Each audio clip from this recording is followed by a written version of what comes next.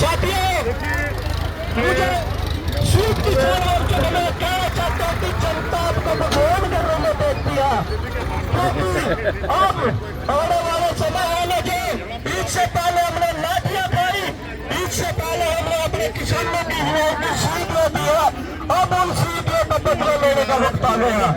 जब दिल्ली के अंदर आंदोलन चला, संयुक्त किसान मोर्चे ने एक ही बात कही थी कि किसी भी गांव में बीजेपी का नेता गांव में नहीं घुसना चाहिए। अब आने वाला समय 2024 का चुनाव का है और पूरे देश के अंदर सभी राजधानियों में घेराव किए गए हैं 3 दिन के लिए।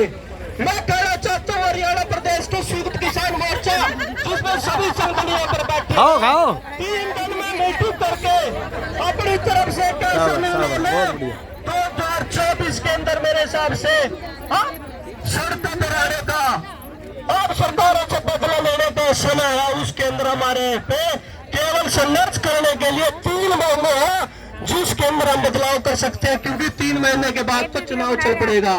हमें अभी से संघर्ष करना पड़ेगा और अभी से यही से निर्णय ले कि कोई भी बीजेपी का नेता किसी भी गांव में नहीं घुसेगा। अगर वो कहीं सभा करता है तो हमें सबसे पहले ये बताए आप मेरे गांव में कैसे घुस गए, क्योंकि आपके प्रधानमंत्री ने यह कहा था कि मेरी पहली कलम से पहला काम किसानों मजदूरों का कर्जा माफ होगा। क्या उसने वो किया? आपने कहा था कि मेरी पहली कुर्सी पर पहली कलम पर बैठकर स्वामीनाथन रिपोर्ट लागू होगी। क्या वो लागू हुई है? मेरी पहली कलम से जो मेरी बहनें लगातार सड़कों पर बैठकर लंबा संघर्ष करती है, क्या कच्चे कर्मचारी को पक्का किया गया है? वो बातें पूछेंगे। अगर आपने कच्चे कर्मचारी को पक्का कर दिया तो आप मेरे गांव में आ सकते हैं, नहीं आपको मेरे गांव में आने की कोई जरूरत नहीं है। साथियों, अब ये समय आने का, अब घर बैठने का समय नहीं है, क्योंकि हमने लंबे समय से संघर्ष किया।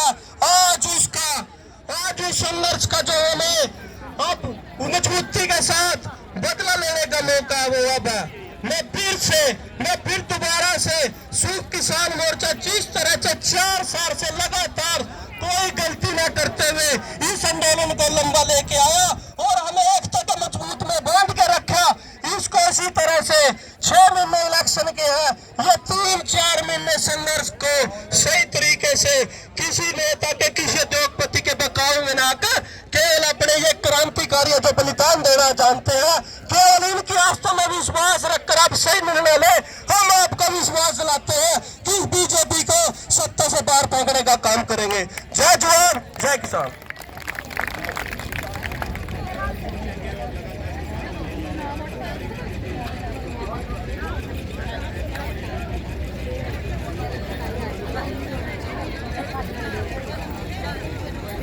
संजीव आलम जी का बहुत ही क्रांतिकारी, बहुत अच्छी बातचीत उन्होंने हमारे बीच में रखी है।